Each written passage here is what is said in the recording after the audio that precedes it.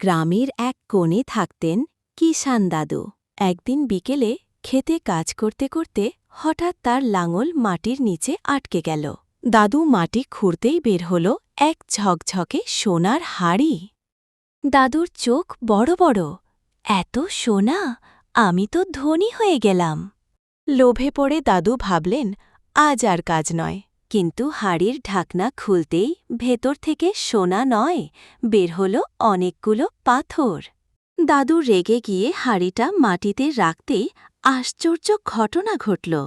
হাড়ি থেকে ভেসে এলো একটা আওয়াজ, যে কাজ ফেলে স্বপ্ন দেখে সে কখনো সোনা পায় না।